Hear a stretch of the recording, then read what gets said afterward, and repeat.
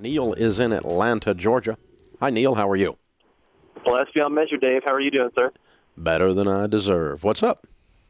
Yeah, so I just had a quick question. Wanted to get some tips and advice from you on asking for a raise when I've only been in a job for 6 months and fresh out of college for just over a year. Okay. Well, a good way to think about any negotiation is the first thing you do is switch moccasins. So let's pretend you owned a company and you had a guy who was 6 months out of college working for you. Under what conditions, what there would be 3 or 4 things that pop to mind immediately, but let's see what you think.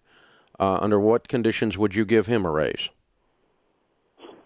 I mean, in my mind, it would have to be, productivity, if they're actually accomplishing the goals that the company set, at least for the department-specific type of things. Is he coming in early, staying late? Is he really just kind of goal-oriented and working hard, really? Mm-hmm. Okay. All right. Well, a couple other things that come to mind is, you'd have to be making enough profit to be able to give the raise, right? True. If you own the company. Yes. So it really doesn't matter how great the employee is. If you're broke, it doesn't matter about giving them raises. So that'd be a consideration. And you kind of got to think about that in the environment. You probably have a feel how the company's doing. You may not know details, but I know pretty good details of it, actually. Okay. It's a science field, and so what we're doing is a very specific test that there's only 3 labs in the country that do the test. Mm-hmm. And it's pretty complicated. And so basically, overall, we are the department in the whole company, a company that pulls about a $2.5 million profit every year. We're the department that puts the company in the black. Okay. And I'm one of 2 employees that is considered high complexity, which basically means we have a 4-year degree, mm-hmm. Which qualifies us to actually do the antibody rinses and such. Okay. So the second thing is, after I know I'm making a profit, is I'm not going to pay you a whole lot more than I can replace you for. Right. This early in your tenure. And right. So what can I go hire your replacement for? And so if your replacement is X and you're asking for 2X, you're dreaming. Right. Does that make sense?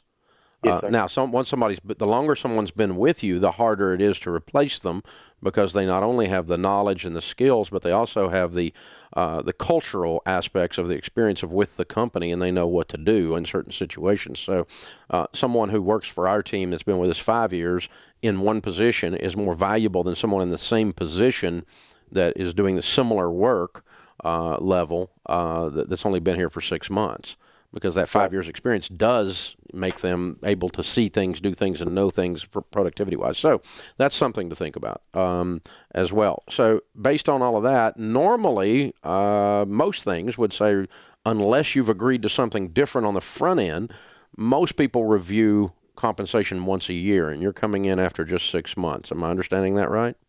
Yes, sir. Okay. And so how do you explain that to me if I'm your leader? Well, what I've planned is, because apparently we're having performance reviews coming up at the end of the month. Oh, good. So that's an encouraging thing, and we've been told that it's going to be basically like a compensation raise based on performance. So I'm already hoping and expecting that. So the conversation is the table's set for the conversation. Good. We're not having to come in and put the knives and forks on the table. They're already there. Good. Exactly. That's helpful. I just didn't know exactly how to gear the conversation. I understand. It's part of but it changes the conversation. That's why I was all right. So because it's already set. So I would just do this then. Again, putting on the shoes of the guy in the other seat. What do you want to hear? Well, I'll tell you, as an employer, I like hearing that folks are grateful for what they already have. Mm-hmm. Dave, I really love working here, and I really want you to know I'm grateful, and I'm grateful for the pay. This is a dream job for me.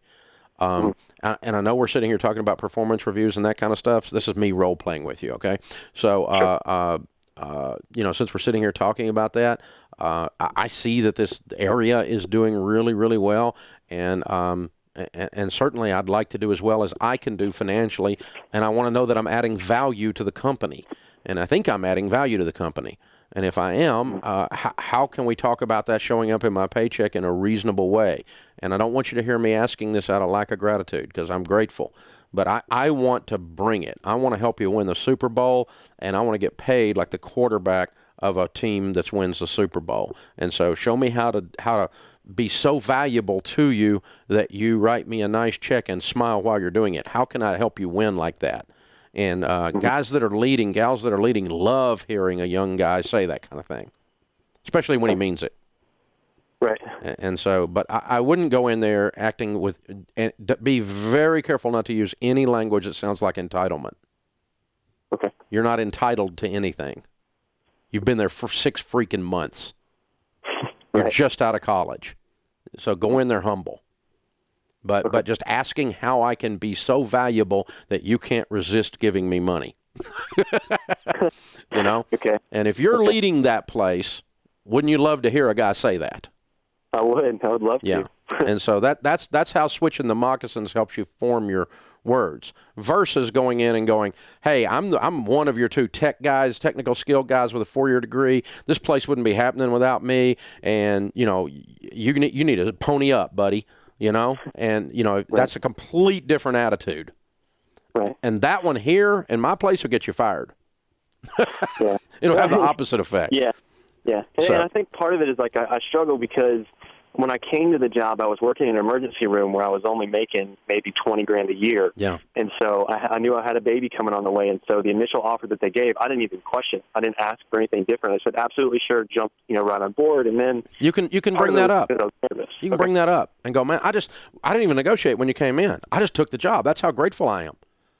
And all I want to know is how I can help you win at such a level, and you can point at me and go, Neil's the reason we're winning at this level. We're writing Neil a check because now you show me what to do, and I'll get about the business of doing that because I want to be so valuable to this place that you can't resist, paying me. There's a great book out if you want to pick it up that has that kind of lingo and language in it called Lynchpin by Seth Godin. Okay. Godin. And you'll love that book. And that's a great question, Neil. I love your attitude. I love the way you're approaching this. You're obviously a sharp young guy, and you are getting it done. So you're the kind of guy that deserves this.